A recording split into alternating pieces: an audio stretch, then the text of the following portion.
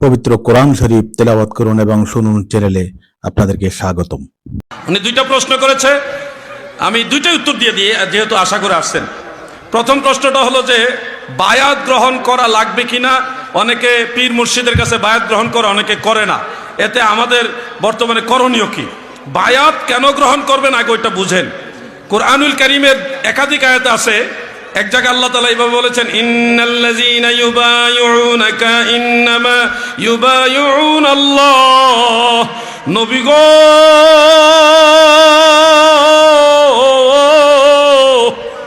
নিশ্চয়ই যারা আপনার কাছে বায়াত হয়েছে এবং হবে, তারা সবাই আমি আল্লাহর কাছে বায়াত হইল। সুবহানাল্লাহ। আল্লাহর রসুলের বায়াত কখনো বন্ধ হবে না, কিয়ামত পর্যন্ত চলবে। এটা কোরআনের আয়াত। ইউবাইউ এটা মুজারের সিগা, আর জুমলার শুরুতে ইন্নাল্লাযিনা থাকলে এটা ইস্তেমরারে দাওয়ামের ফায়দা দেয়, মানে কিয়ামত পর্যন্ত রসুলের কাছে বায়াত হওয়ার সুযোগ আছে।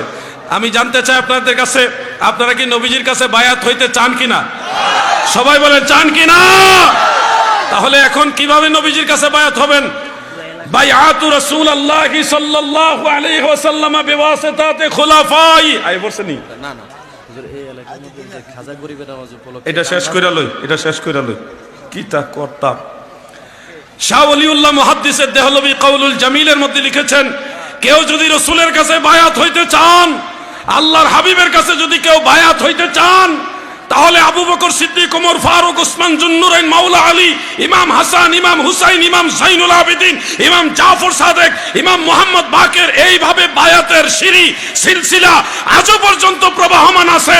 অর্থাৎ আল্লাহর আউলিয়া যারা, তাদের কাছে তোমরা যদি বায়াত হও, এই বায়াত হাকিকতে আল্লাহর রাসূলের কাছে বায়াত হবে। সুবহানাল্লাহ।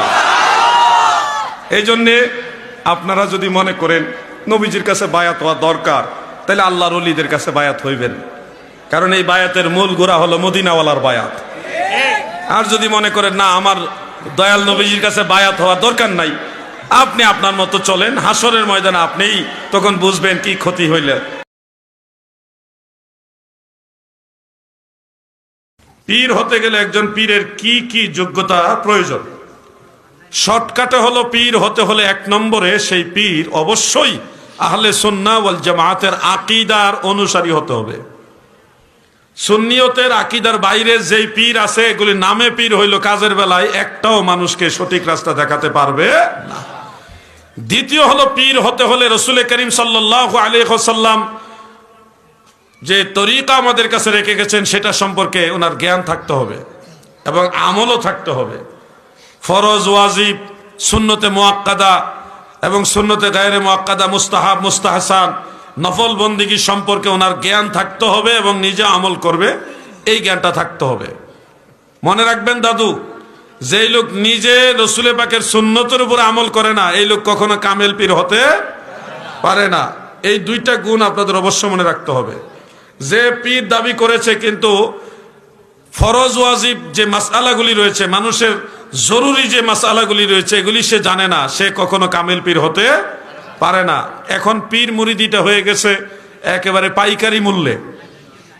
অনেক পীর সাহেব আছে মাআযাল্লাহ, তারা নিজেদের খলিফা বাড়াইয়া, নিজেদের পরিধি বাড়াইবার জন্য কয়েকদিন লগে থাকলেই খেলাফত দিয়ে দিতেছে। কি একটা মুসিবত জানেন, জায়গা জায়গা পীর হয়ে গেছে। পীর এমন পরিমাণে বাড়তেছে যে মুরিদ পাওয়া যাইতেছে না, একটা মুসিবত। আপনাদেরকে বলছি, পীর অবশ্যই মানতে হবে।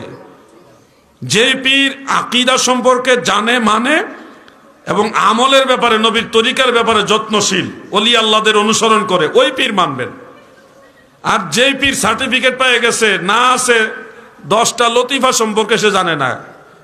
প্রধান লতিফা হলো 10টা। কয়টা? ঘুমাই রয়েছেননি আপনারা? 10টা লতিফার 10টা রং আছে।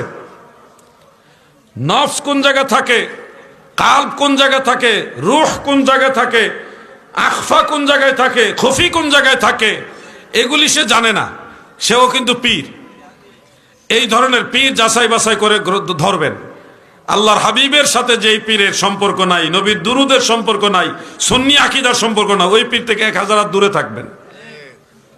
যেই পীরের সেজদা লয়, এটা টাটকা ভণ্ড পীর। সেজদার একমাত্র মালিক আল্লাহ।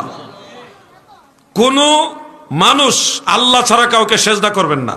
পীর সাহেব যদি বুজুর্গ হয় তাহলে ওনার কদম বসি করবেন, ওনার কাছে বসবেন, ওনার নসিহত শুনবেন। কিন্তু যদি বলে সেজদা করতে হবে, তাজিমি সেজদা জায়েজ এটা বানাইতে চাই, মনে করবেন এটা ইবলিসের আত্মীয়, তার সাথে চলাফেরা করা যাবে না।